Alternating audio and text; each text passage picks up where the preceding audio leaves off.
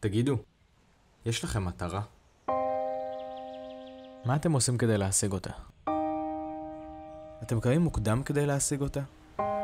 אתם הולכים לישון כשאתם חושבים עליה? אתם מדמיינים את הרגע שהשגתם אותה? איך זה מרגיש?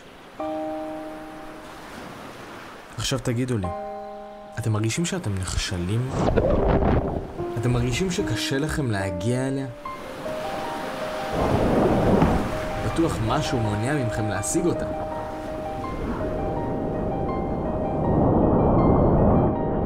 חשבתם שזה יהיה קל, אבל פתאום זה לא כזה פשוט. אתם חייבים להבין שהדרך לשם לא תהיה קלה.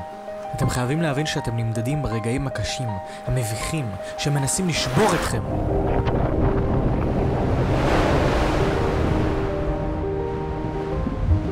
בדיוק ברגעים האלה, אתם תרצו לפרוש. אתם תרצו להגיד שזה היה מסע נחמד, אבל אתם תשכחו בשביל מה אתם עושים את זה. אתם תחשבו שזה בלתי אפשרי להגיע למטרה הזאת כי אתם תהיו מעורערים. אבל דווקא בנקודות האלו, אתם תמשיכו.